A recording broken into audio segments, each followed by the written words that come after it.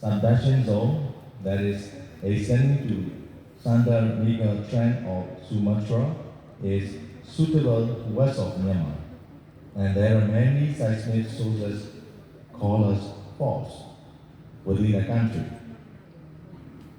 During the 2004 Indian Ocean tsunami, hit over 30 coastal villages in Myanmar, causing at least 65 deaths and over 1,000 destroyed and damaged houses. On March 28, 2025, this year, a power magnitude 7.7 earthquake struck near Mandalay, central part of our country, second largest cities, home to more than 1.7 million people. The shallow depth of the quake resulted in intense shaking that devastated the region. The state of emergency remains in effect in the 6 most impacted regions. Our National Disaster Management Committee has recorded 3,785 deaths, 5,105 injuries, and 92 is still missing. Today, the reported damages include 55,587 houses, 38 railways, 95 bridges, 207 roads, 198 locations, and 81 bridges along Yangon-Mandalay Expressway. 5,452 office buildings and others. 2,565 schools, 5,319 religious buildings, 5,342 pagodas, and 304 hospitals, clinics. We would like to sincere thanks to China, Russia, India, Sri Lanka, Thailand, Singapore, Malaysia, Bangladesh, Vietnam, UAE, Laos, Belarus, Indonesia, Bhutan, Philippines, Japan, Nepal, Pakistan, Turkey, United States, Australia, Azerbaijan, Brunei, South Korea, Germany, Mongolia, and Cambodia for humanitarian assistance and search and rescue on affected area. Our strategic vision aligns with the Myanmar climate change strategy and the Sendai framework for disaster risk reduction with a focus on delivering timely, localized, and actionable information for all segments of society. Excellency, distinguished delegates, ladies and gentlemen, Myanmar has been a proactive and deeply engaged member of RIMES, benefiting from a comprehensive suite of technical assistance and capacity development across all 5 pillars of the RIMES Master Plan. 1.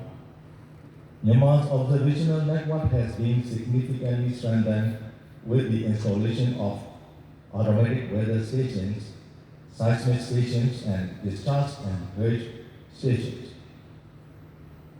The Antelope and SciComm-P system ensure robust seismic data acquisition, while the Data X platform provides integrated access to high-resolution forecast data and analytics for operational and planning use. Number 2, Myanmar leveraged the RIMES WRF model for short-range focusing and focus for ensemble-based seasonal climate prediction. Additionally, the climate data access and analytics system supports generation of localized climate projections and climate-informed development strategies. Number 3, RIMES has equipped Myanmar with a suite of decision support system, flood impact focusing and forecast for dynamic flow management. SASMI, a crop-specific advisory system integrating focus at multiple time scales. Tsunami TSS, Inspire and Escape for multi-hazard preparedness, supporting tsunami simulations, risk evaluation, and evacuation planning tailored to Myanmar's geographic realities. 4. Myanmar actively participates in regional and national climate outlook forums, as well as forecast provider user forums. These platforms facilitate dialogue between DMH and users from sectors such as agriculture, health, and disaster risk management, enhancing cooperation of focus and planning. 5. RIME supports Myanmar in developing anticipatory action frameworks, including triggers for early action and S&D financing mechanisms. The translation of focus into impacts and response options has also been a cornerstone of RIMES, supports to Myanmar through workshops, training, and local applications. These efforts have significantly strengthened Myanmar's capacity to provide timely, accessibility, and actionable climate services for risk reduction and adaptation.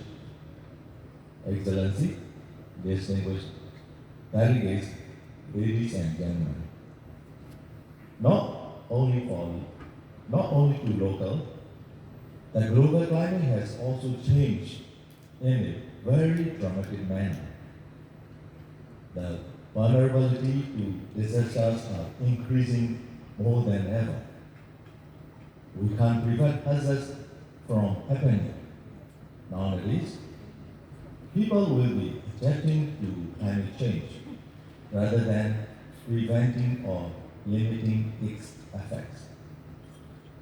United Nations Secretary General said, "No one is behind," and early warnings for all.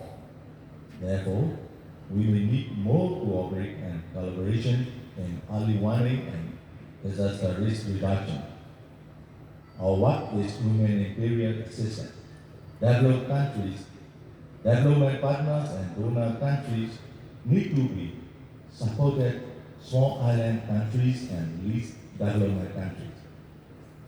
Finally, I would like to thank again from the government of Sri Lanka and the RIME Secretary for hosting this important event. Myanmar reaffirmed its commitment to RIMES and this collaborative platform.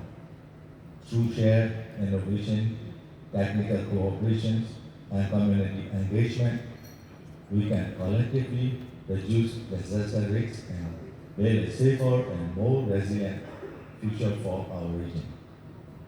I wish you conference great fruitful outcomes and success. Thank you, Chair. Thank you, Myanmar.